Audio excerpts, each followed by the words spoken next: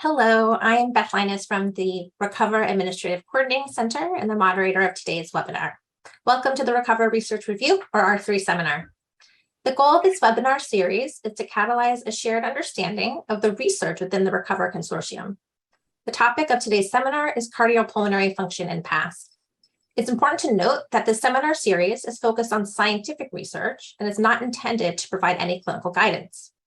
I want to start by thanking everyone who submitted questions. Please submit any questions that arise today using the Q&A feature in Zoom. After the presentation, we'll answer as many questions about today's topic and presentations as possible. Some questions may also be answered within the Q&A. An FAQ document for the seminar will be posted with the recording of the seminar on recovercovid.org. It'll include the answers for questions relevant to the seminar that were submitted in advance or today. Questions about other scientific topics will be addressed in future webinars, and answers to broader questions about Recover will be available in the FAQs at recovercovid.org. Today's speakers will discuss what is known about cardiac function in PASC, the gaps in our knowledge, and how Recover will contribute to filling these knowledge gaps. Today, we'll hear from Dr. Aloke Finn, a physician scientist, medical director, and chief scientific officer for CVPath Institute at the University of Maryland, and a PI for the Cover autopsy study. Dr. Finn oversees device development research and runs a molecular lab with a focus on molecular understanding of vascular wall injury and healing, genetics of sudden cardiac death, molecular basis of coronary artery disease, and pathogenesis of COVID-19-induced cardiac injury. Dr. Su, the director of cardiomyopathy and cardiac heart function program at Children's Hospital Los Angeles, whose research interests include biomarkers of heart failure and myocarditis, mechanical circulatory support, heart transplantation, and cardiogenomics. And Dr. Matt Oster, a pediatric cardiologist at Children's Healthcare of Atlanta and associate professor of pediatrics and epidemiology at the Emory School of Medicine and School of Public Health. He also serves as a medical officer at the CDC's National Center on Birth Defects and Developmental Disabilities and is currently working on CDC's COVID response. His research interests include newborn screening for congenital heart disease, long-term outcomes for patients with congenital heart disease, and cardiac effects of COVID-19 and COVID-19 vaccination. We will also be joined by two discussants, Dr. Lala, the Director of Heart Failure Research and Transplant Fellowship at the Icahn School of Medicine at Mount Sinai. Her clinical interests encompass all aspects of management of heart failure, including the selection and care of patients with mechanical circulatory support devices and heart transplantation, as well as perioperative management of high-risk cardiac surgical cases. And lastly, Dr. Erika Berman Rosenzweig, Director of Pulmonary Hypertension Center at Columbia University Medical Center, New York-Presbyterian Hospital. Dr. Rosenzweig is also the Director of the Pediatric Pulmonary Hypertension Network of North America. Her research focuses on the study of novel treatments for pulmonary arterial hypertension with a strong interest in novel mechanical support for pulmonary hypertension and right ventricular failure and the genomics and deep omic signatures of pulmonary hypertension. So thank you, and I will hand it over to Dr. Finn. Great. Thank you so much for that introduction. Can we go to my first slide here? So I'm going to be talking about the pathogenesis and mechanisms of cardiac injury, including myocarditis and COVID-19. And thanks so much to the NIH and everyone else here for allowing me to give this talk. Next slide. That's for my disclosures. No relevant disclosures to this discussion. Next slide. So I'm going to take you back a little bit to a time you may or may not want to remember, February 23rd, 2020, when we started to realize the number of cases of COVID-19 in Italy were really exploding. And at this point, it had really not come to the United States. We weren't really aware of the incredible dangers that we were going to face. But the cases in Italy were really increasing exponentially, especially in the Lombardy region, north of the country, that was hardest hit. And remember, they underwent a lockdown. And then cases spiked across Europe and Latin America. And then, of course, on February 28th, we had our first American COVID-19 death in Seattle. Next slide. We were in touch with people in Italy at the beginning of the pandemic. We have a lot of international contacts in our research, and we had been in touch with clinicians in Italy, and they had been telling us about cases they had received. And I'm going to review one of these just to give you a taste or an idea of the kind of things and questions we began to ask after seeing these kind of cases. I feel like personal cases are always the best to bring problems home to people. This was a case of a 43-year-old female that presented in Bergamo at the time of the exponential rise in COVID. in 2020 in February. She had been assisting her husband who had hospitalized with COVID-19 interstitial pneumonia. She had complained of abrupt onset chest pain. A 12-lead EKG had been performed 2 hours after symptom onset and documented extreme cardiac injury called ST elevation MI in the inferior and lateral leads, and she was transferred to Bergamo for urgent coronary angiography and PCI, suspecting she had had a heart attack. Next slide. So she was awake, she was hypotensive, quite sick lady, young lady, quite sick, high heart rate, breathing was okay. Her echocardiography was done there at the bedside, which showed an ejection fraction of 25% with global hypokinesia. And her labs were, for the most part, okay, except for her troponin I, a measure of cardiac injury, was extremely high at 11,000. Next slide. So this was the EKG. Those of you who are familiar with reading EKGs can see that it clearly shows cardiac injury. Next slide. Here's the angiography. Of course, this lady was rushed to angiography, and the coronary angiography actually revealed, I don't know if you could play the second one, but it basically shows normal coronary arteries in this young lady that was suspected of having a large heart attack. Next slide. So questions were really mounting amongst the caregivers for this young lady. The nasopharyngeal swab was positive for COVID-19, and she was started on antiretroviral therapy. Despite hemodynamic support, she was hypotensive with a poor cardiac index, and the repeat EKG showed diffuse ST segment elevation with severe left ventricular dysfunction. Next slide. So she really, there was desperation on the part of the caregivers. She was given actually high-dose methylprednisolone and immunoglobulin, suspecting she had myocarditis induced by COVID-19. Nonetheless, she really became sicker and sicker and deteriorated, and eventually died on the 46th hour after admission. Next slide. So this case speaks to the issue of cardiac injury in subjects with COVID-19 and what exactly is its cause. Now, there have been multiple studies done since this case that have showed that subjects with elevated cardiac troponins are not uncommon during COVID-19 infection, accounting for about 36% of patients in some studies, and that if you have elevated cardiac troponin levels consistent with cardiac injury, your mortality rate is significantly increased, and it really is dependent on the level of cardiac troponin elevation. So it's important to understand that cardiac injury is not uncommon and that its causes need to be understood in order for us to deal with this during COVID-19. Next slide. And this just shows the level of cardiac injury, the level of troponin release in the blood correlates with not only hospitalization, but also a less discharge and higher mortality as your troponin levels go up. Next slide. And this slide also shows that basically in Italy, all patients underwent coronary angiography, those with cardiac injury, and out of 28 patients, 17, 60% had culprit lesion requiring revascularization in this study of STEMIs, but 11 patients, that is almost 40%, did not have obstructive coronary disease, but had evidence of cardiac injury on the EKG. So really raising questions about what is going on with COVID-19, how is it injuring the heart? And you can see on the right-hand slide, this graph shows that people with COVID-19 have elevated risk of multiple complications after ST elevation MI versus those without COVID-19. Next slide. And this has been studied many times, and it just goes to review with you the number of studies that have been done on cardiac injury with COVID-19. Many have shown associated with increased risk of in-hospital mortality. Next slide.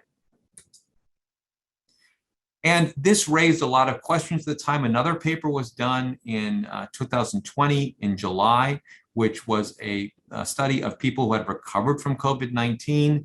And of those people, they studied the heart with cardiac MRI. And they had reported here that 78% had normal cardiac MRI findings. And that really raised concerns about COVID-19 and its long-term effects on the heart. Next slide. And really the news media got wind of this, and it came up with all kinds of things such as COVID-19 can wreck your heart if you had any symptoms. A lot of rumor and innuendo was out there, and really correcting to make factual statements was extremely important in our mind. Next slide. And the mechanisms of cardiac injury in COVID-19 were proposed to be many. One such thing would be an oxygen supply demand imbalance causing a type 2 MI, that is demand MI. Some people suspect there was direct viral invasion of the heart, causing myocarditis. Other people suspected there could be microvascular thrombosis. Other people suspected it was inflammation. Other people suspected it was related to increased risk of coronary artery disease and thrombosis. Really, it was unknown at the time what was the cause of these cases. Next slide. And we had learned from previous data using SARS. Now, coronaviruses are families of envelopes, positive sense, single-stranded, highly diverse RNA viruses. They're basically 3 documented, highly pathogenic and lethal human coronaviruses. SARS-CoV, which is the predecessor to SARS-CoV-2, COVID-19, Middle East respiratory syndrome, and SARS-CoV-2, obviously. And SARS-CoV-2 shares most of its homology with SARS-CoV. And this was data from SARS-CoV earlier in the literature that was published in 2009, showing that of these autopsy cases of people that had died of SARS-CoV, about 7 out of 20 had evidence of SARS-CoV in their heart. Now, the heart wasn't that well studied at the time. There weren't that many cases because it was mitigated quickly by intense public health measures, but it was evidence that SARS-CoV could be found in the heart. And that made us raise questions about whether SARS-CoV-2 could be as well. Next slide. We conducted a study, initial study, to see whether the receptors for SARS-CoV-2, ACE2 and TMPRSS2 could be found in the heart. And I won't go through all the details of the slide, but just to summarize, yes, these receptors were found in the heart, and the potential of direct infection was possible. Next slide. And to talk about myocarditis, the myocarditis itself is an inflammation of the heart caused by viral pathogenesis for the most part. And it consists of 3 distinct phases. The first phase is destruction of cardiomyocytes through occurrence of virus-mediated lysis, direct lysis. Second phase is viral infection involving trigger of immune cells. And the third phase could be a dilated cardiomyopathy. Now, in the clinic, myocarditis is mainly diagnosed by clinical presentation and really associated with just clinical rather than pathologic evidence. Next slide. If you have, for instance, cardiac enzyme elevation, exclusion of coronary artery disease, history of viral predome, we really diagnose that in the clinic as myocarditis. However, there are specific evidence, or there's specific data that correspond to histological evidence from biopsies and autopsy hearts of myocarditis, and that was defined by the Dallas criteria. I won't go over the details for you, but more recently, immunohistochemical criteria have been defined for myocarditis, and these should be met to make the definition of myocarditis. And it's really the pattern of inflammatory infiltrate and the presence of myocardial degeneration that defines myocarditis. Next slide. We went through and asked everyone, hey, what are the exact details and evidence that SARS-CoV-2 could cause myocarditis? So at the time, this was done in 2020, we went through all the literature that summarized autopsy and biopsy cases of subjects having SARS-CoV-2 that were conducted. And in how many of those cases was actual myocarditis, that is the histologic definition, found? And this just goes through all the studies reviewed. Next slide. Here's more studies. Next slide. The punchline was that myocarditis, that is direct viral invasion of the heart, was found in very, very few of the subjects studied. 4.5% of the subjects studied had direct pathologic evidence of myocarditis. Next slide. At the same time, we had struck a research agreement with the people in Italy, in the Lombardy region, at this hospital, to start doing a systematic examination of subjects dying of COVID-19 to try to discover what the pathogenesis of cardiac injury was in COVID-19. Now, at the time, these patients were dying quite readily, as I told you before, and those hearts were then preserved by the autopsy pathologist and sent to our institute for examination. Next slide. And you can see here, this is the first 16 subjects sent their hearts. You can see, I just want to summarize for you that in essence, we didn't find a single case in these 16 hearts of myocarditis. Next slide. What we did find was that people dying of COVID-19 infection could have non-specific inflammation in their heart associated with that infection. In this particular study, we compared control hearts, that is hearts of people dying of things like traumatic deaths, to people dying of COVID-19 without evidence of specific cardiac injury. And we look at the number of inflammatory cells in the myocardium. And you can see, for the most part, we saw less T cells, but more CD68 positive macrophages in those hearts, although we did not see evidence of myocarditis as illustrated on the illustration on the right-hand side. Next slide. We then conducted a more systematic study in these 40 hearts that had been sent for us. All the patients had been diagnosed with SARS-CoV, either by nasal swab or postmortem reverse transcription polymerase change reaction. And we did demographic, medical history, clinical presentation, and did a whole pathologic exam on the heart. Next slide. And we defined cardiac injury in two different ways. We said that either we could define it as acute myocardial infarction, that is an area of myocyte necrosis greater than or equal to 1 centimeter squared, or as focal myocyte necrosis, that is a small area of cardiac injury greater than 20 myocytes with an area of necrosis that was very small, greater than or equal to 0.05 millimeters squared, but less than 1 centimeter squared. So we divided cardiac injury into these two subsegment PASC things, myocardial infarction as well as focal myocyte necrosis. Next slide. And this is just an example. Myocardial infarction obviously is a large area of myocardial injury and death of myocytes. You can see that on the upper slide there with the anterior septal wall of this particular subject having an infarction. Focal myocyte necrosis is much smaller areas of small infarcts. Next slide. And what we see, and this was these were the patients and these were the demographics. I don't want to deal with all the issues right here with this, but I can just tell you that overall, I want you to notice that myocyte necrosis was found in 14 of the 40 hearts. So it was not uncommon, about the same percentage I showed you before for cardiac injury. Next slide. Now, this is an interesting slide. Here, I can tell you how many people had acute myocardial infarction of those 14 versus how many had focal myocyte necrosis. You can see the majority of subjects with COVID-19 had focal myocyte necrosis, not acute myocardial infarction. And you can see that the thrombus was characterized for the most part as microthrombi, that is small thrombi in arterioles lodged in distal vessels, small vessels, rather than large epicardial coronary arteries. Epicardial coronary artery infarction was found in the minority of cases of myocyte necrosis, 14.2% versus microthrombi. And I want to point out to you some of these cases, of course, had existing coronary artery disease, but not a lot. And myocarditis was found in none of these cases. Next slide. Here are the cases. I won't go through the details, but you can see what I want you to notice on the right is the majority of these cases with cardiac injury had microthrombi. Next slide. And you can see when we looked at cases with focal myocyte necrosis, the majority of those cases had microthrombi, whereas subjects without myocyte necrosis, there were hardly any microthrombi found. Next slide. Now, there was evidence in the literature about having direct viral infection of endothelial cells. We look for direct viral infection of endothelial cells as well as a positive causative relationship between microthrombi and COVID-19 injury. Next slide. And you can see here that we found that, did you skip a slide? Can you go back one? No, next slide, that's fine. You can see here that I'm showing you microthrombi, small thrombi, large and small arteries, and the arrows there. We looked at evidence of myocardial infection of the heart with SARS-CoV-2 using in situ hybridization and TM. We could not find any. And we found that overall, there were much more positive SARS-CoV-2 PCR in the lung than in the heart.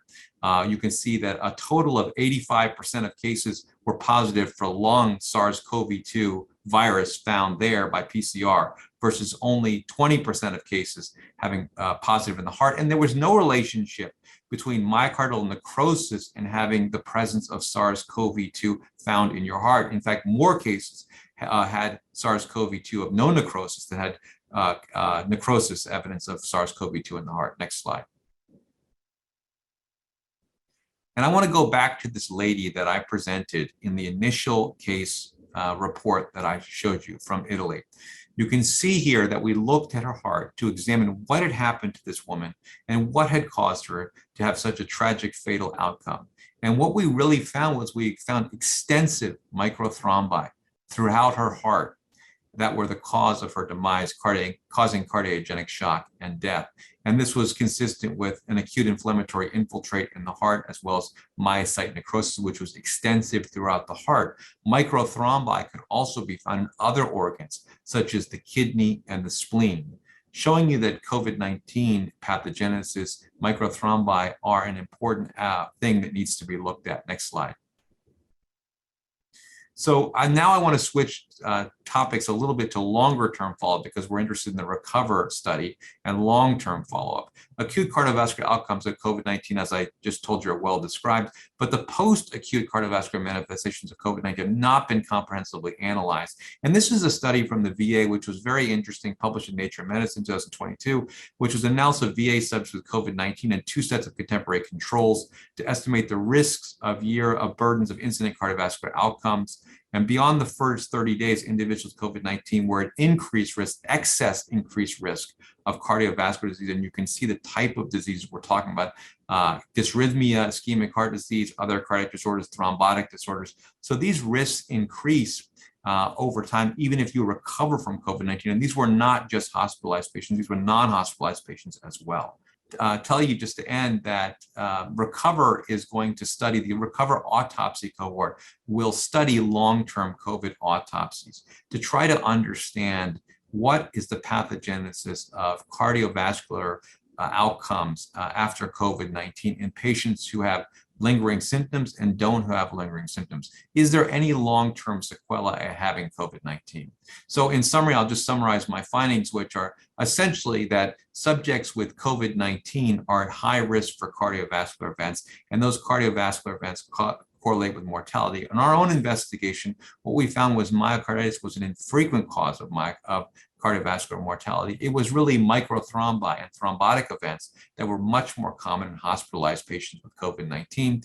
And we did not find evidence for direct viral invasion of endothelial cells or any other cells in the heart as causative in its pathogenesis. I think the RECOVER autopsy cohort will give us more evidence for what the long-term sequelae and evidence is in the heart for a long-term COVID-19 induced cardiac injury. So with that, I'd like to thank you for your attention.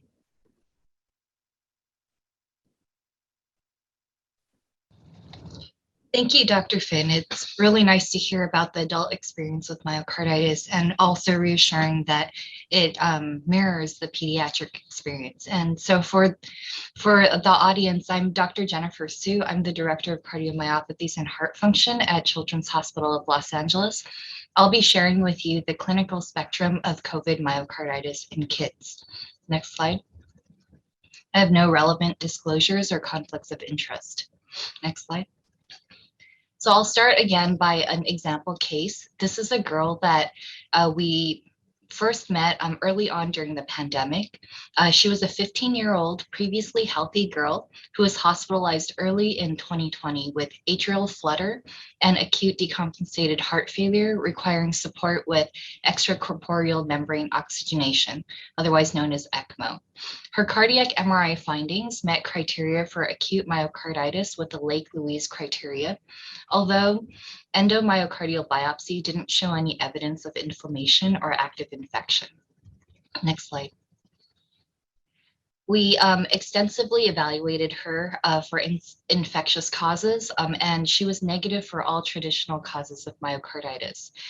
Her SARS-CoV-2 PCR was also negative, but interestingly, her anti-SARS-CoV-2 IgG antibody titer was weakly positive upon presentation.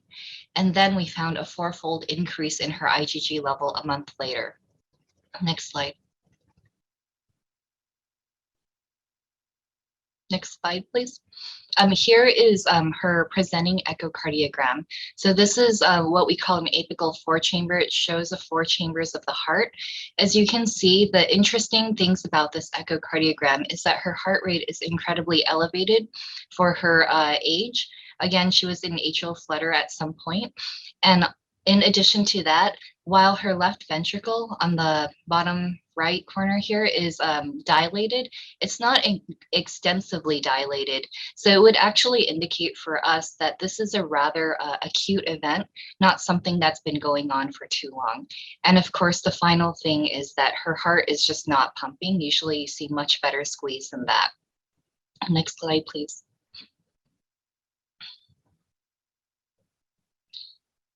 So we cardioverted her, and upon DC cardioversion, she regained sinus rhythm. She was supported for 2 weeks with ECMO and finally decannulated 2 weeks later. She's also successfully weaned off of inotropic support by about 3 weeks.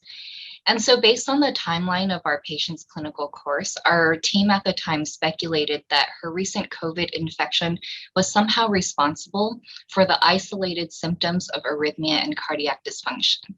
And so I would like to see what you guys think. But before that, I'll provide you with some more information. Next slide, please.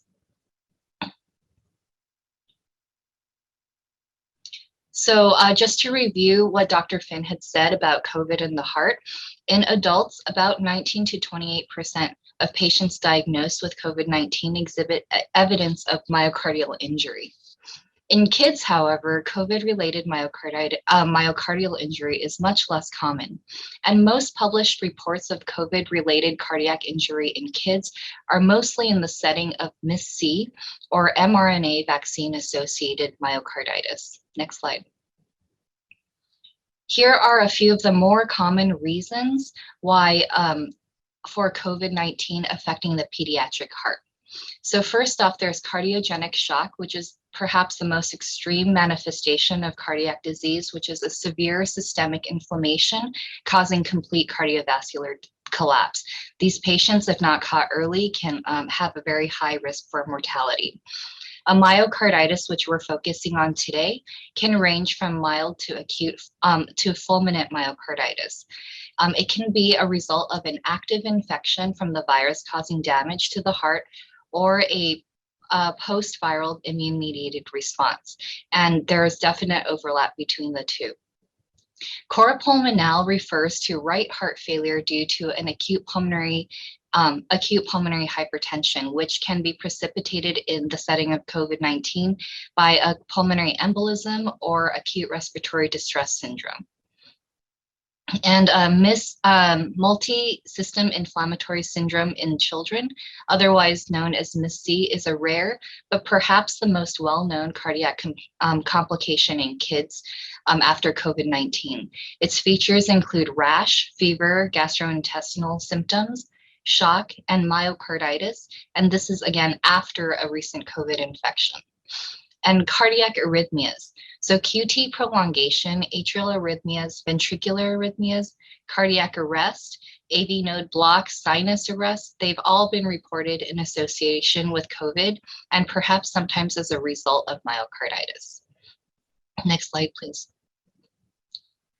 In pediatric myocarditis, and actually in myocarditis in general, there's many different descriptions, and it can be really easy to get caught up in the details, or because of these different etiologies, be confused.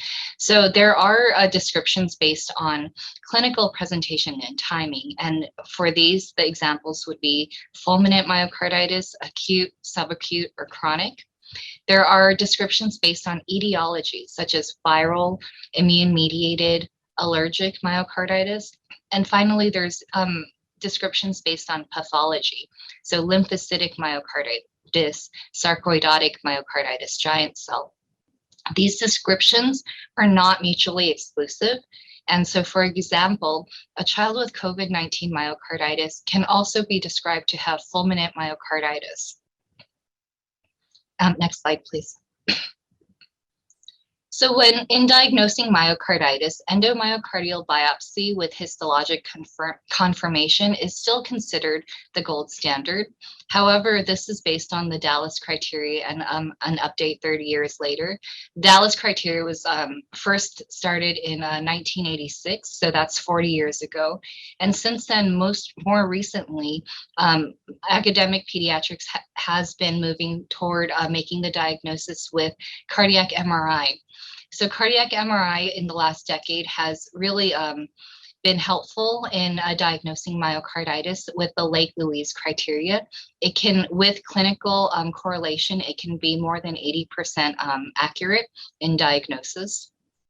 And then there's clinical symptoms with abnormal cardiac studies in absence of another identifiable cause. This is probably the most common way of diagnosing myocarditis.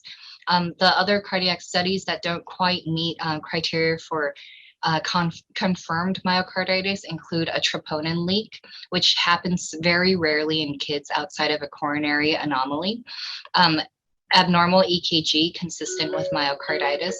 So new onset AV nodal block, ST elevation, which also is pretty rare in kids. Cardiac dysfunction by echocardiogram in absence of another reason, or abnormal cardiac MRI not meeting Lake-Louise criteria. Next slide, please.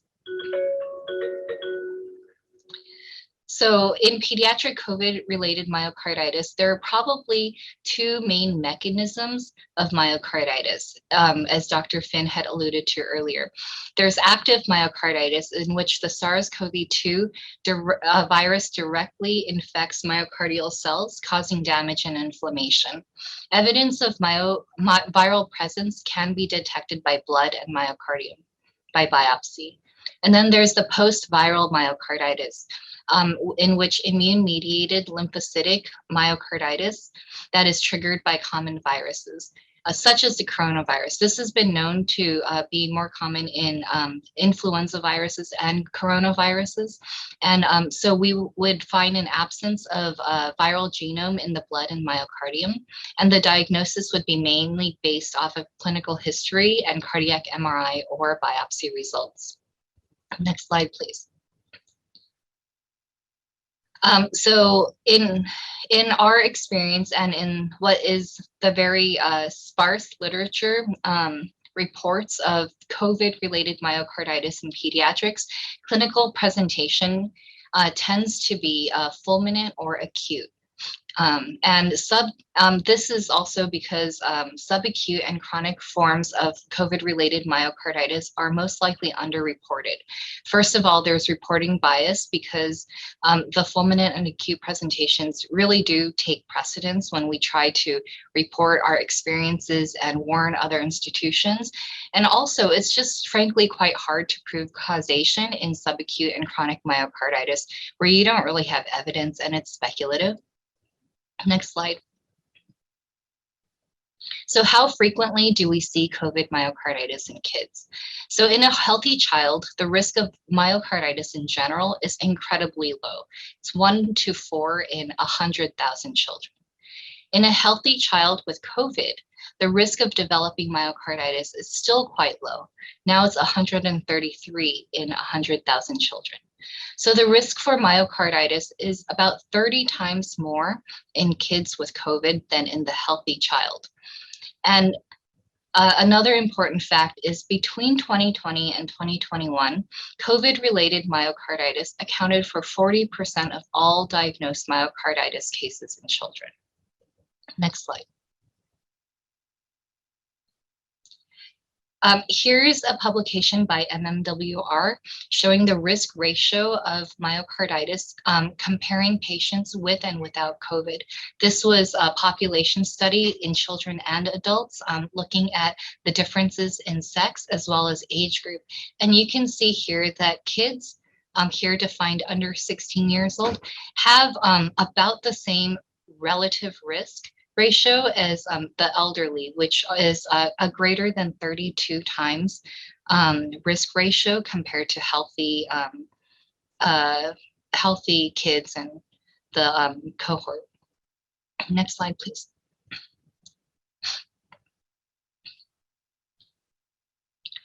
And so, first of all, I wanted to reemphasize, in case it wasn't clear, that the risk of developing myocarditis is so low that oftentimes when we report percentages, we're talking about hundreds of a percentage, which it just is really hard to get the point across. So instead, in looking at per 100,000 kids, we can see here that the baseline risk for myocarditis in a healthy child is low, again, 1 to 4. The risk of COVID-related myocarditis is 133 per 100,000. And the mRNA vaccines that we have heard so much in the news about, yes, it's higher than baseline risk, but still so just a very tiny fraction of what the myocarditis burden is with COVID. And here in the blue is the mRNA vaccine related myocarditis in adolescent males, which is the population, as you know, with the highest risk of developing the side effect. Next slide, please. So for those of you who aren't quite familiar with the pediatric landscape, Children's Hospital Los Angeles is the largest volume children's hospital in the Western region of the United States. And I'll be sharing with you the CHLA experience with COVID-related cardiac admissions during the pandemic.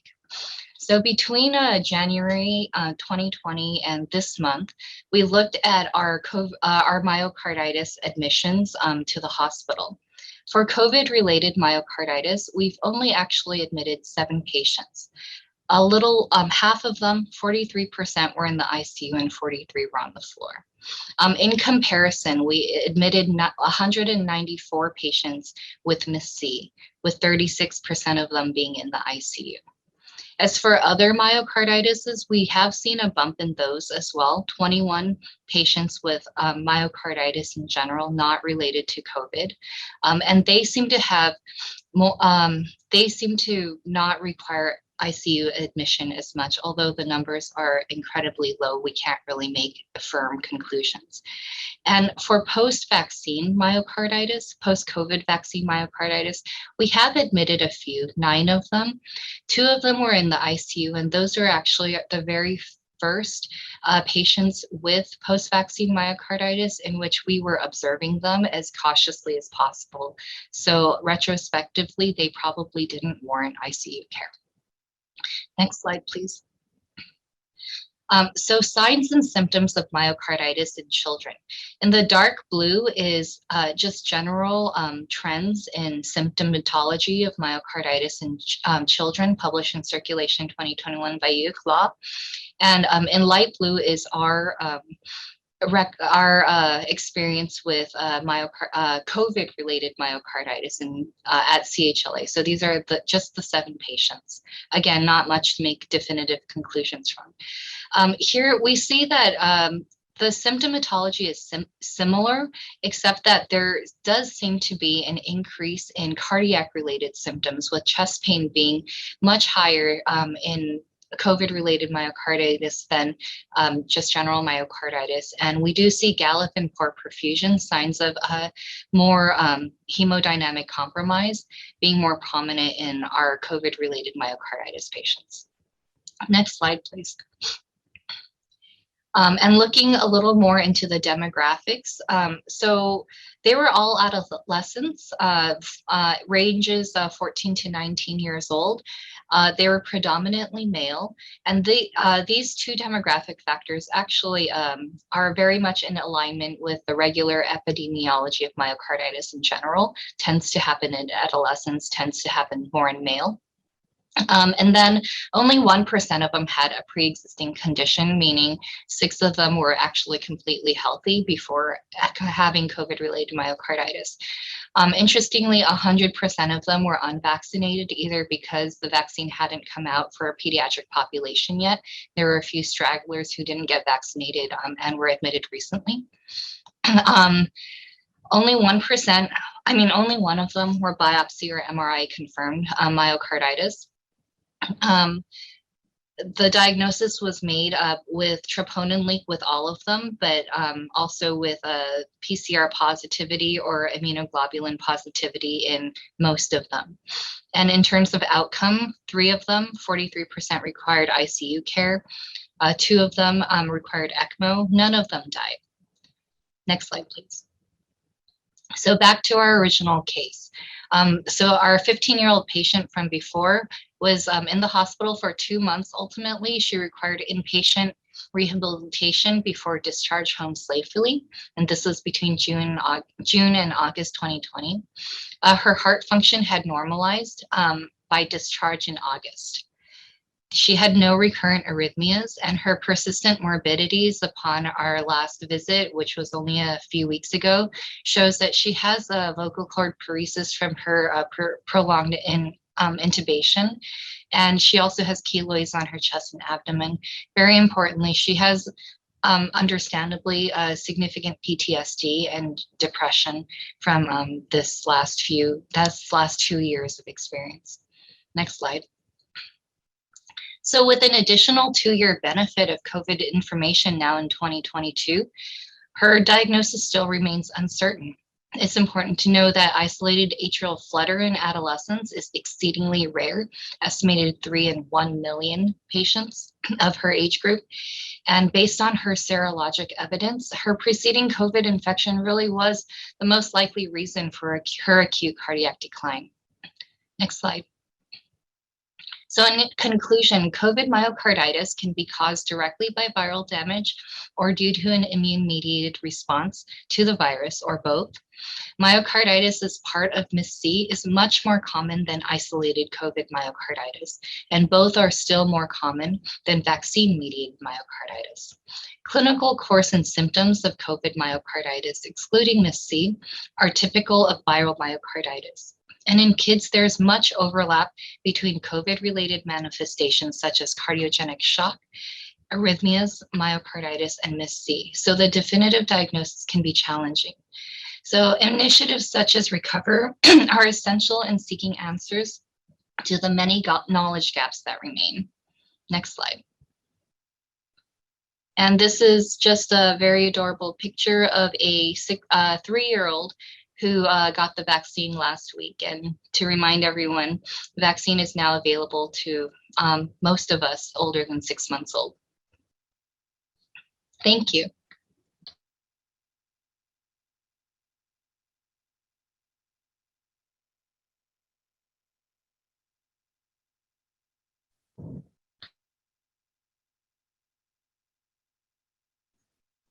Good afternoon. Thank you. My name is Matt Oster, and I'm going to speak to you about some of the intermediate and long-term cardiac outcomes in children and adults with COVID-19. Next slide. So I have no conflicts of interest or disclosures to tell you. I did just want to mention that, as mentioned in the introduction, I do work part-time at CDC.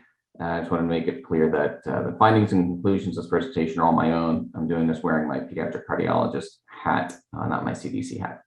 Next slide.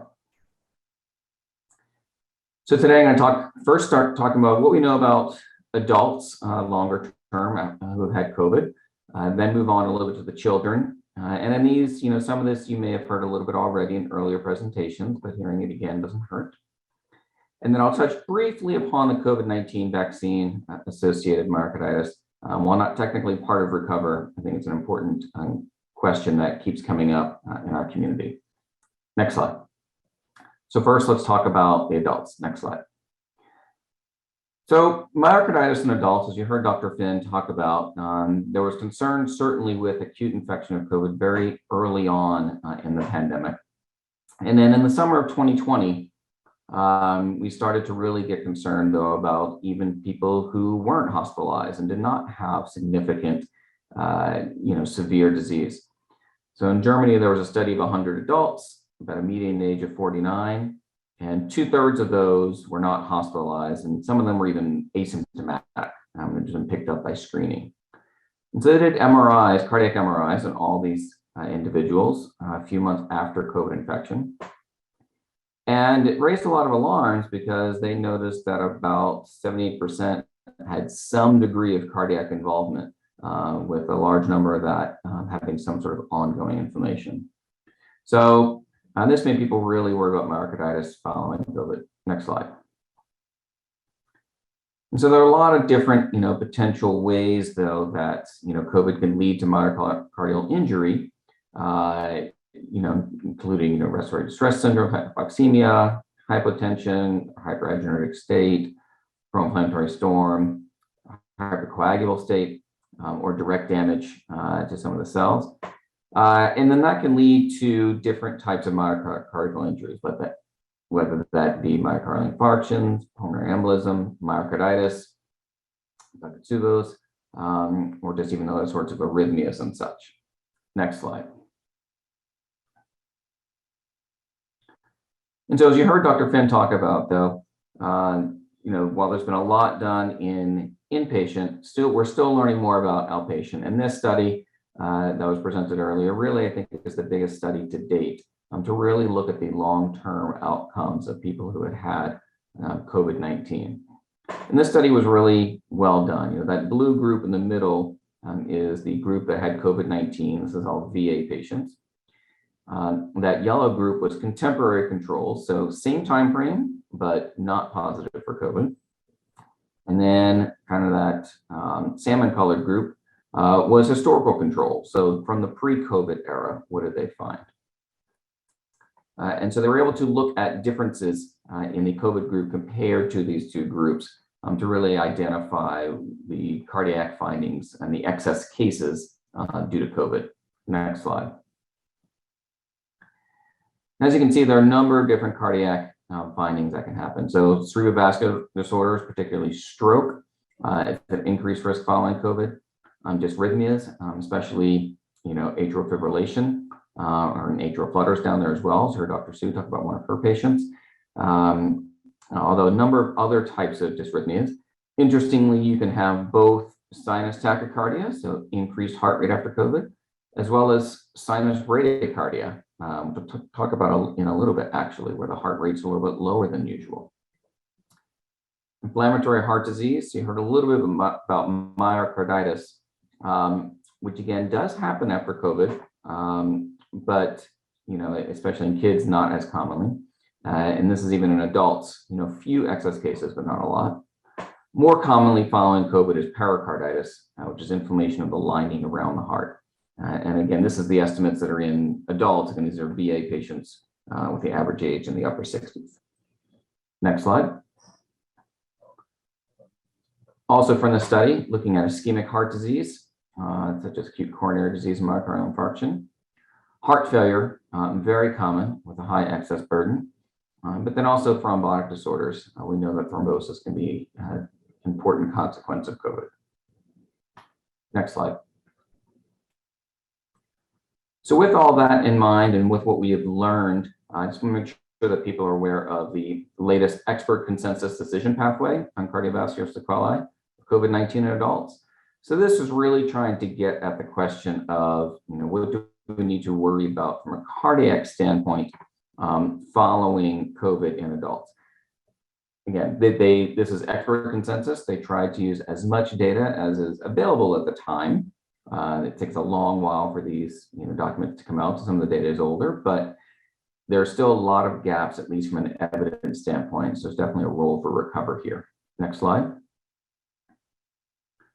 With this, they identified a number of different ways and different mechanisms that can lead to cardiac dysfunction from SARS-CoV-2 and immune system activation. Many different symptoms that can occur, and in the cardiovascular realm in particular, tachycardia, palpitations, chest pain, dyspnea on exertion, and exercise intolerance. And some of these, don't really become evident until someone has, presumably recovered from COVID and is returning to their regular activities. Next slide. So this is a busy slide, but this is just to make sure that people are aware that there is an algorithm and recommendations in place for, what to do for the patient who's had COVID and is starting to show some symptoms of the post-acute sequelae, and when is a cardiac consultation required. I'm not going to go through this, but it is available for free on the web in the American College of Cardiology. Next slide. But I did want to take a moment to mention the evaluation of the athletic patient with COVID-19. So over the past 2 years, there have been lots of different iterations of what are the recommendations for people who are returning to exercise who had COVID. What should we be looking for? Whom should we be screening? And there's different recommendations for adult and kids. This guideline was meant to be specific to adults, but next slide. But I did want to highlight that, that all of the different roads that lead to testing for, looking for cardiac sequelae all really now depend on symptoms. This is really a big symptoms-based approach. So whether that's cardiopulmonary symptoms during the time of COVID infection, whether someone was hospitalized and had cardiac involvement during hospitalization, whether someone developed some new symptoms just during their recovery from COVID, or whether they developed new cardiopulmonary symptoms only when they started exercising. So this is, the ACC at least is not recommending a full-on screening approach following COVID. They really want people to take a symptom-based approach. Next slide. Okay, so now I'm going to move on towards children and talking more about from a pediatric perspective. Next slide. So this is a study that most people here either are or should be familiar with. This is clinical features and burden of post-acute sequelae of SARS-CoV-2 infection in children and adolescents. And this really used an EHR-based cohort, so electronic health record-based cohort study from the RECOVER program.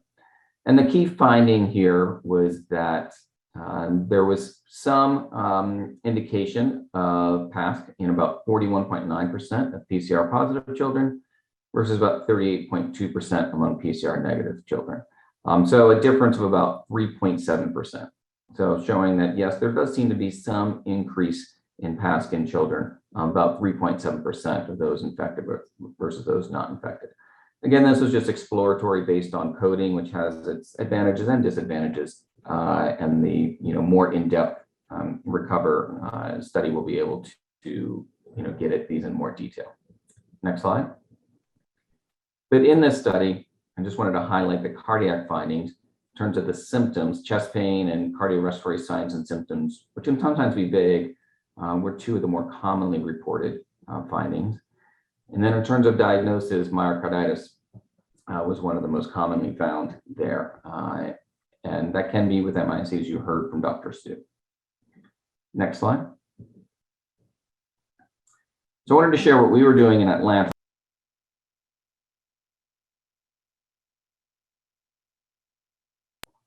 Is what we were doing in Atlanta, our pediatric practice. And, as I said, there were no real pediatric guidelines. There were people talking about different things. So we came up with this guideline based on what some of the adults were doing and what some people in the pediatric realm were recommending. Next slide. And so we basically said, those kids who were hospitalized or cardiac involvement or at MIC, yes, see a cardiologist. Otherwise, if they had COVID, if they were asymptomatic or mild, didn't necessarily need to see us. But their pediatrician, they should do a physical exam and do an EKG. And this was, the summer of 2020 when we were starting to, come up and learn more about this outcomes in children. So a lot of those EKGs were sent to us because the pediatricians didn't have capability. Next slide. So we decided to look at what were we finding, what were we seeing. So we looked at our patients from about August of 2020 through the end of October, about a 3-month period. And after including only those who didn't have MIC or did not have a history of congenital heart disease, we had 206 patients. Next slide. And so those 206, 26 had some sort of cardiac symptoms post-COVID-19. So those are kids we're really interested in. Interestingly, 180 had none, but we still were looking at them. 34 were sent for full cardiology clearance and evaluation, and about 146 were sent for EKG only. Of the EKG only, 10 of them were then kind of turned into a full clinic visit based on some of their findings. And those findings were primarily, some left ventricular hypertrophy, right ventricular hypertrophy, or some ectopy and exam. And so we had 70 with a full clinical evaluation. Next slide. And so those 70 had the full clinical evaluation.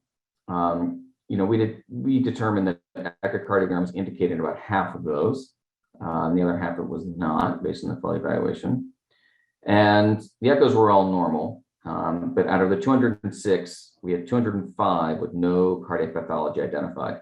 I mentioned sinus bradycardia. We did have about 57 patients, about a quarter of our patients had sinus bradycardia for age, which is a little unusual. So we have seen that. It's just not something we worry about. Those kids were not symptomatic, and the couple that we followed up have completely returned to normal. So we don't really necessarily follow those or worry about those.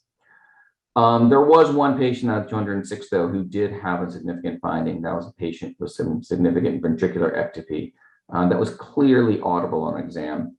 And so good physical exam can find this. And that was a patient who had been hospitalized and had some severe associations with their COVID infection. Next slide.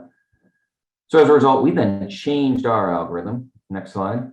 And now we really take the approach that, yes, to get cardiac involvement during acute illness or at MIC, yes, come and see us. And next slide. Next. But otherwise, really, it's just a signs and symptoms-based approach. Not seeing the next slide go forward yet. There you go. Right. So we're taking a cardiac signs and symptoms. So we are not recommending screening all patients to come and see us before return to play. Next slide. So move on a little bit to multisystem inflammatory syndrome. You heard about this a little bit earlier, so I'm going to speak really just on the cardiac involvement.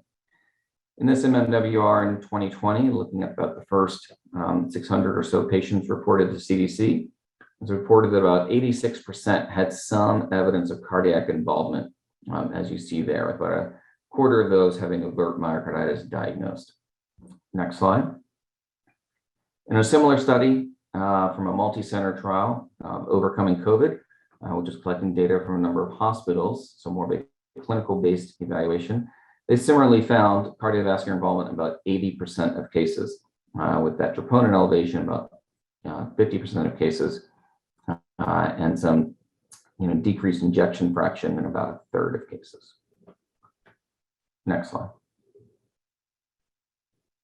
And in New York State, there was a group that looked at just the hospitals there and looked at myocarditis, but varying by age, and noticed that with MISC, myocarditis was most common in the teenagers, which goes in line with what we know traditionally about myocarditis. Next slide. But the good news with MISC, at least, is that from a cardiac standpoint, they tend to resolve rather quickly. Kids do turn around. There is about a 1% mortality rate with MISC, but those who are able to get prompt treatment do tend to make a very quick recovery. This shows the LV ejection fraction over time in the top right panel, which shows that the red line is kind of the normal bar that you want to be at.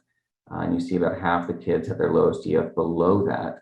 But even by discharge, the orange line, the vast majority were already back to normal. And by 6 months, all the kids in the study were back to normal. Similarly, for coronary dilation, on the bottom panel, there are some that certainly have coronary dilation, especially during their hospitalization, but that does tend to rapidly improve. There are certainly exceptions to any rule, but for the vast majority of kids, their cardiac recovery certainly tends to be good. But there's still more to learn about some of their other recovery, especially some of their psychosocial domains during their recovery. Next slide. So now I'm going to speak briefly on COVID-19 vaccine-associated myocarditis. Next slide. So CDC reported, their experience with myocarditis cases after mRNA-based COVID-19 vaccination from December through August of last year. Next slide. And, as you'll see here, so this is the males that I'm going to show. I'm not going to show the females. They're slightly elevated, but not to the extent of males. That with the Pfizer vaccine, that's the first two columns of doses there, certainly elevated in kind of the 12 to 24 age group after the first dose, and about 12 to 49, but really kind of peaking in that 16 to 24 group, or 12 to 24 group after the second dose. Similar findings with Moderna, not given to under 18, but certainly higher doses in the younger adult men. Next slide. So, the study was published this past March, though, looking at the risk of myocarditis. That's, after COVID versus after mRNA COVID-19 vaccination. And so when you consider, heart complications after COVID-19, and that includes, your COVID myocarditis or your MISC myocarditis or other arrhythmias or other heart problems that can happen after COVID-19 or with MIS, that even in the group with the highest risk of having complications after vaccination, which is those boys 12 to 7 and men 18 to 29, even in those groups, the risk of heart complications is much higher after COVID-19 than after COVID-19 vaccination. Next slide. And I show this slide just to drive on the point, though. We mentioned the word myocarditis quite a bit, but not all myocarditis is the same. And I think people need to recognize that there are different mechanisms going on, and we're not, sure about exactly all of them. This was our experience at our hospital, where we looked at, in the green group is kind of the COVID vaccine myocarditis group. The red is the MISC myocarditis group. And the blue is kind of our classic myocarditis group from a pre-COVID cohort. And we looked at what % of the patients had decreased cardiac function, and based where time 0 is their time at presentation when they were diagnosed, and going forward. And you'll see kind of the classic myocarditis group, the blue group, can take a while, and by a couple of weeks, still about a third of the patients still have not regained complete normal function. The MISC group I mentioned earlier, they tend to have pretty good and quick resolution of function, whereas a couple of weeks afterwards, almost all those patients had regained of normal function. And in the myocarditis group, 2 things kind of jump out. First, only 2 of our 9 patients here had decreased function at presentation, and both of them rebounded after just a couple of days to completely normal function. Next slide. So what about the long terms in this group, in the vaccine myocarditis group? CDC presented these slides at a recent meeting of ACIP, and CDC has been contacting patients and cardiologists to find out how have patients been doing. And this is, the subjective interpretation by cardiologists. How do they think the patients are doing? And about 63% have said that the patients have fully recovered by about 3 months, with another 17% saying, I think they fully recovered, but I'm still doing some other tests to verify all that. And usually that means waiting for an MRI. So that is certainly better than the classic myocarditis group, but we're still following and still trying to learn more about this whole cohort. Next slide. And then lastly, some data, unpublished data from our institution, looking at MRI findings at the 3 to 6 month interval after myocarditis. So on the left is the classic myocarditis group, and at about 3 to 6 months, about 75% will still have some late gadolinium enhancement. That's some sign of some scarring on that. The significance of what that means is debatable in the cardiology community, but I'm just showing this to compare that the MISC group, hardly any of the patients had that at about 3 to 6 months. So we're really talking about 2 different types of diseases, and the vaccine myocarditis group falls kind of somewhere in the middle. Where most don't show that, but some do. And many of them did show it early on, but it does tend to resolve pretty quickly, or at least get better. Next slide. So in summary, cardiovascular sequelae is very common, or it's common in older adults. Atrial fibrillation or heart failure have the highest excess cases. Cardiovascular sequelae is not that common after children, especially after acute COVID. But with MISC, certainly you can have frequent cardiac involvement. For MISC, the vast majority recover by 3 to 6 months, at least from a cardiac standpoint. And the vaccine-associated myocarditis has rapid recovery of symptoms, but may have some lingering MRI findings. Next slide. So thank you very much. I think we can move on to our discussants. Great, thank you so much. My name is Lala. I'm joining you from New York, and I am a heart failure cardiologist here at Mount Sinai. I'm just going to take the next 3 to 5 minutes or so, just outlining the summary points of these 3 excellent talks And then hopefully we'll move on with Dr. Rosenzweig with some interesting questions for the panel and some discussion to follow. So first, summary points for adults. What are the take-homes? One, cardiac injury, as denoted by troponin elevation, is common, especially amongst the hospitalized population of patients with acute COVID-19 in up to a third, if not more, of the population, and its presence is associated with higher mortality. The mechanism of cardiac injury is still not entirely clear. But what everyone was really wondering is whether SARS-CoV-2 direct injury is possible. And indeed it is, but what we have found is that it's not common. Dr. Finn presented really nice data from his group and otherwise showing that necrosis was indeed common on autopsy. Abnormal findings on MRI are also common, and this included patients who were both hospitalized and not hospitalized. So more to come, and hopefully Recover will shed some light on the significance of these findings. And then finally, one of the themes that's been reiterated that I'm sure this audience is well aware of is how exceedingly common microthrombi are and thrombosis in general, particularly on the autopsy findings. Moving on to the children and the cardiovascular manifestations, presenting cases in children are generally of the more extreme or fulminant nature, just by nature of how they're presenting and what prompts the attention. Myocarditis, I think Dr. Su really nicely pointed out, can be related to viral myocarditis itself, so direct kind of viral injury, viral mediated injury. In this, young adolescent males are most commonly affected, or at least more commonly reported. But importantly here, the risk was pointed out that the risk in a healthy child of myocarditis is 1 in 4 per 100,000 versus the risk in COVID positive children is 133. So over a basically 130-fold increase in risk. And if you compare that to the risk of myocarditis with the vaccine, that was on the order of 8 to 10 per 100,000. So while elevated, the media has really sensationalized this risk, and it's important to take these numbers into account within the context of what really is showing more risk, which is those patients who actually contract COVID, pointing out and underscoring the importance of the vaccine. And then we have the immune-mediated or post-viral infection, or MIS-C, mediated myocarditis, which is more common than the traditional myocarditis, in which immune dysregulation paradoxically leads to fulminant presentations very commonly.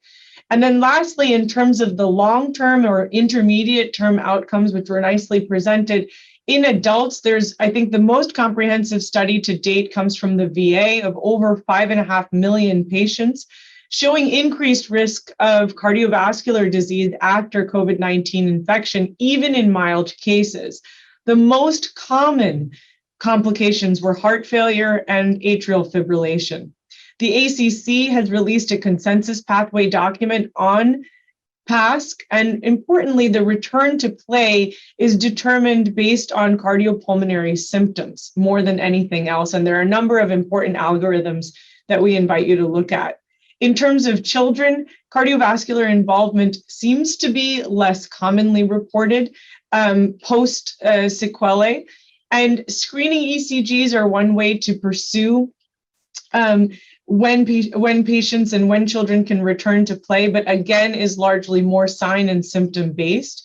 In terms of MIS-C, or the multi-system inflammatory disease, 80% did show some cardiovascular involvement, but fortunately, most of the cases have shown that they've been prone to resolve or tend to resolve. Importantly, I thought this point was brought up, which we should take note of, is that what warrants further study is the psychosocial domains in terms of their recovery for children and adolescents. And then finally, myocarditis and post-sequelae of vaccine-related cardiovascular involvement, again, seen amongst young boys and young men, but again, reminding us that the risk of COVID infection-associated myocarditis far outweighs the risk of vaccine-related myocarditis. low cardiovascular function or a reduction in cardiovascular function or ejection fraction, if you will, seem to be less common in this scenario. And fortunately, what has been reported is an 80% full recovery, and then an additional 17% that show that they've probably recovered.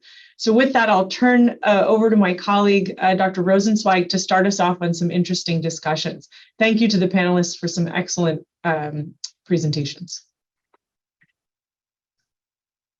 Thank you very much, Dr. Lala, and thank you to the presenters. These were truly wonderful and so informative as we embark on the RECOVER trial. And so, you know, we heard a lot about the entire spectrum, really, from the pathologic sequelae and features of myocardial injury to the clinical features, ranging in all ages and sort of degrees of severity from microthrombi to cardiogenic shock. So I just wanted to kind of frame a lot of the work that we'll be doing on RECOVER by asking our panelists, how might we be able to detect some of these long-term sequelae in the protocol?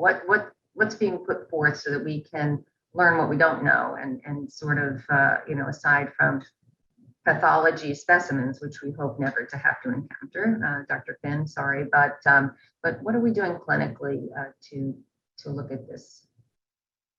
And anyone can take this question. I guess I could take it because I'm sort of involved with the clinical aspect as well.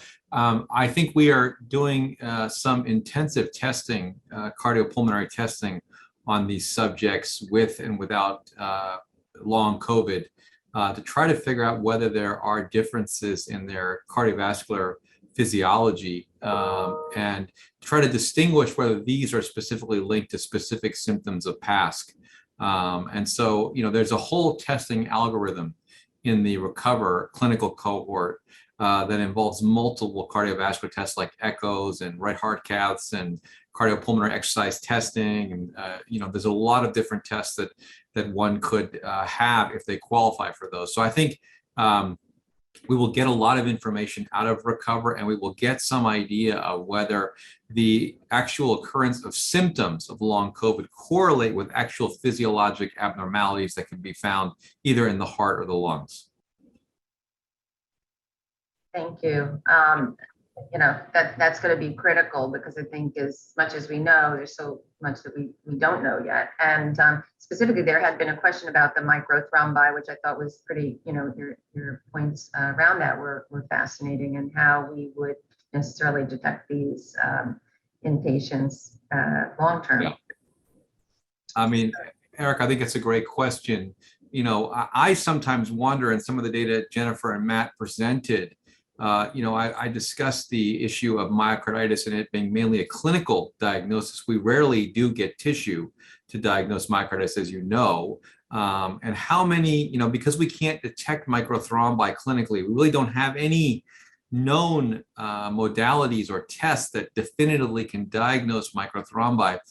How many of these cases that we're reporting as so-called myocarditis or other cardiac injury are actually microthrombi induced? And I think at this current time, and I'd like to, you know, welcome any other comments from Annie or anybody else, I don't think we have a really good way to get that data. And that's a big problem because it really speaks to the pathogenesis of what the disease causes. As I've mentioned, we didn't find any evidence of myocarditis in any of the cases we have examined so far. So I actually think it's a much rarer entity than what's reported in the literature. Yeah, and I'll add to that. You know, we certainly see, you know, I didn't have time to present in, you know, today, just looking for myocarditis, looking for inflammation. You know, there's a study of athletes, at least in the Big Ten, that their kids who had COVID, and, you know, upwards of about 2% of them have some sort of inflammation if you did MRIs and all them. But first of all, what does it mean? Because these were asymptomatic people. Second of all, how does it compare to prior infections like the flu or other stuff? Because we didn't MRI any of those people, just standardly. So it's hard to know exactly what it means just finding stuff, which I think is important. But then the second, you know, getting to the mechanisms, you know, as I alluded to, you know, as I mentioned, like these are different things, like the myocarditis after COVID versus after MISC versus after, you know, vaccine. Even the myocarditis after COVID vaccine is very different than the myocarditis after smallpox vaccine. So there are different pathways, and we just need to learn a lot more about exactly what they are, because maybe they can help us understand a little bit more how these things are happening and how we can prevent them and treat them better. I think I want to also highlight that speaking outside of myocarditis, just in cardiology in general, we oftentimes see that even if an echocardiogram is normal, or even if a cardiac MRI is normal, there are subclinical elements that do manifest later on in life. We see this in some of our dilated cardiomyopathy, sometimes in myocarditis, and also in anthracycline or other toxicity-related cardiomyopathies, that they may actually have normal heart function and testing during the pediatrics, but we know now that they are at increased risk with multiple factors during adulthood for developing heart failure later on in life, earlier than their cohorts. And I suppose that remains to be seen. There's going to be hopefully long-term follow-up, and we can, and we can sift that out. I think before we pass it on to some of the Q&A from the audience, I just have one other question, which is, so many of the patients with PASC complain of these non-specific dyspnea, and which may or may not be cardiac or pulmonary or something else. And is there, any way to determine that? And that was just another question from our audience previously, whether it is more likely, or, a red flag is raised that this particular patient with dyspnea needs more of a cardiac evaluation.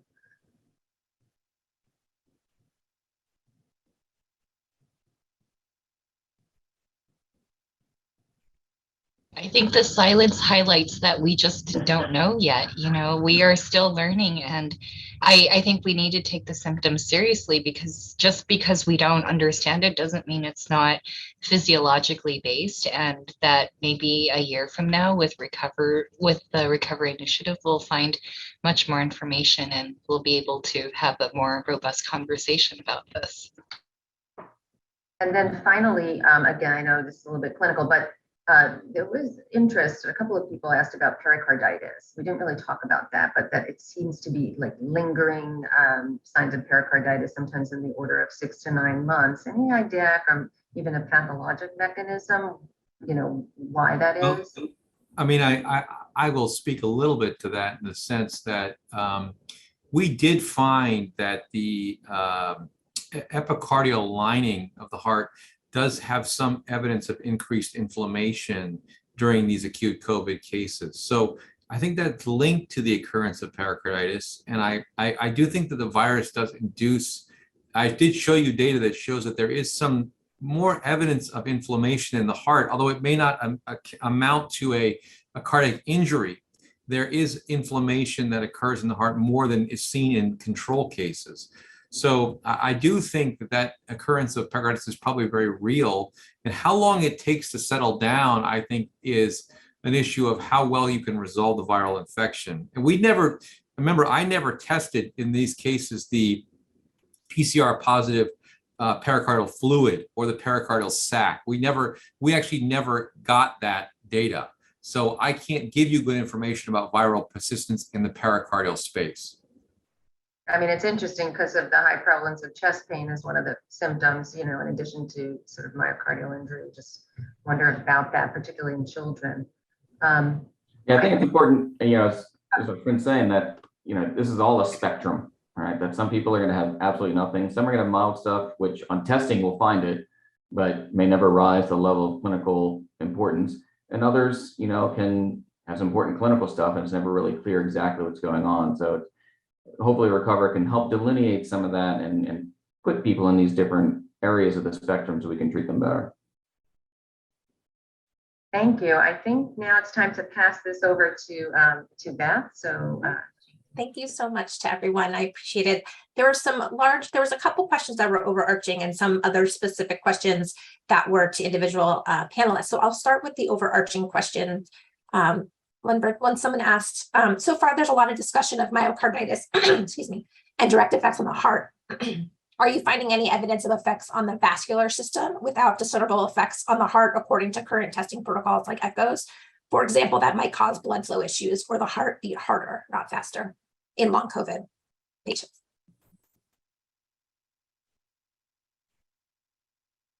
I guess I can comment a little bit. I think that the issue of the autonomic regulation of the heart as well as the brain in terms of, the brain heart have a very close relationship, and whether or not the heart rate is often controlled by the balance between the sympathetic and parasympathetic nervous systems, and whether there's some nervous system involvement. COVID-19 can be found in the brain in some situations, and I sometimes wonder whether there is some relationship between autonomic nervous system balance and having COVID-19, and whether there's some the virus does something to throw off that balance and change heart rate. That's one possible explanation, but that's just speculation. And I'd love to hear what anybody else has to say about it. Yeah, I would echo that. We saw you can have sinus tachycardia or sinus bradycardia. It can be all over the place.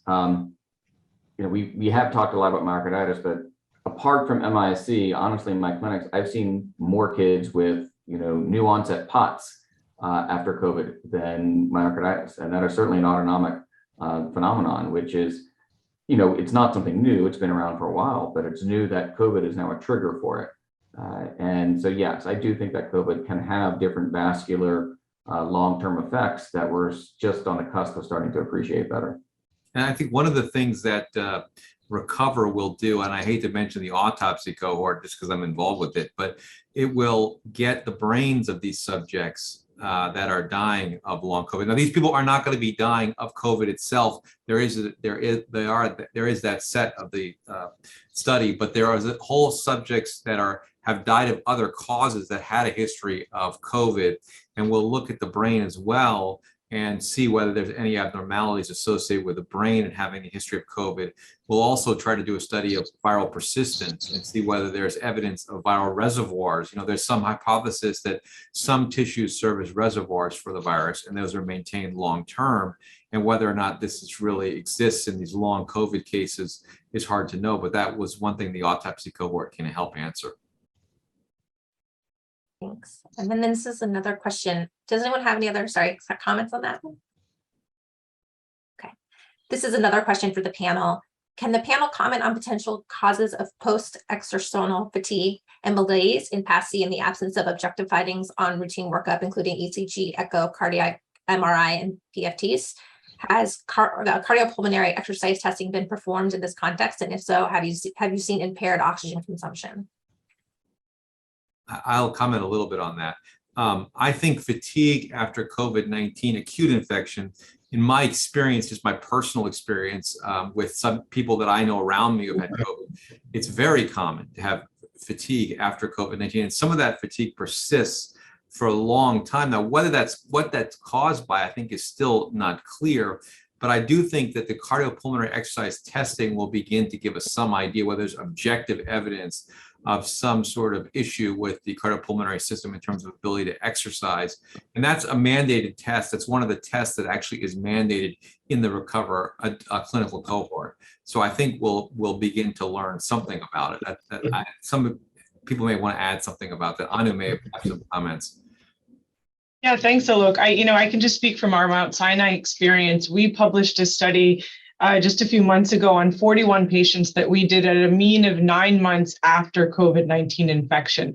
All of these patients had normal echoes, normal CTs, normal PFTs, normal, I said already, echoes, ejection fraction, et cetera.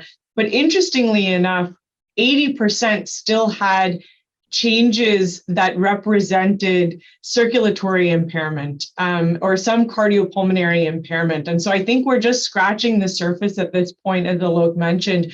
And I think having a lot of the CPET data is really, really going to uncover a wealth of information, because the unexplained dyspnea after COVID is a very frequent symptom that we're hearing, and we just don't fully understand the mechanism of it yet. So I think more to come on that, and hopefully Recover will be one of the main vehicles to allow us to understand more.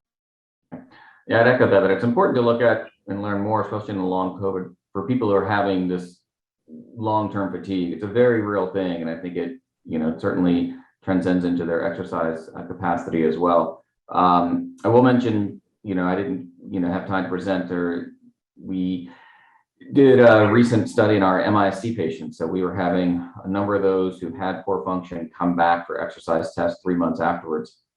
they all did great. And that's might be unique to MISC, but I was very surprised at how well they did. But again, these are people who tend to recover and feel better after a couple of months. You know, people who have lingering symptoms, I think, are in a different bucket, and you know, can certainly benefit from some further evaluation. Great. And then just to, sorry, Dr. Sue? No, I didn't have anything else to add. Thank you. Okay, sure thing. So just to clarify, the question wasn't about fatigue. The question was about post-exertional malaise. Just want to clarify if there's any different response from the panelists. You know, I don't know, but I would speculate that it may be more in line with the dysautonomia than specific cardiac or pulmonary, especially if this particular patient or this situation has normal echocardiogram and pulmonary function testing. Just because, although there may be subclinical findings of you know, cardiac risk later for this COVID population later on, in the setting of a normal echocardiogram and EKG, you do have enough perfusion that you would not expect to have these symptoms directly related to the heart. Thank you. We got a lot of extra questions, and I will note that we will have our panelists answer them for the FAQ, and we will post them. But today, I just want to give a big thank you to our presenters, and thank you to our audience for attending this seminar and engaging with the Q&A. A reminder, a recording of today's seminar will be available on recovercovid.org within a few weeks. And we will also be posting a Q&A document that has responses to the questions we received today, including those that we didn't have time to answer. And then last slide, this slide lists the topics for future sessions. Our 3 seminars, a reminder, are on the 2nd and 4th Tuesday of the month from 12 to 1:30 Eastern. We have some exciting topics coming up and hope to see you at future sessions. Thank you very much and have a great day.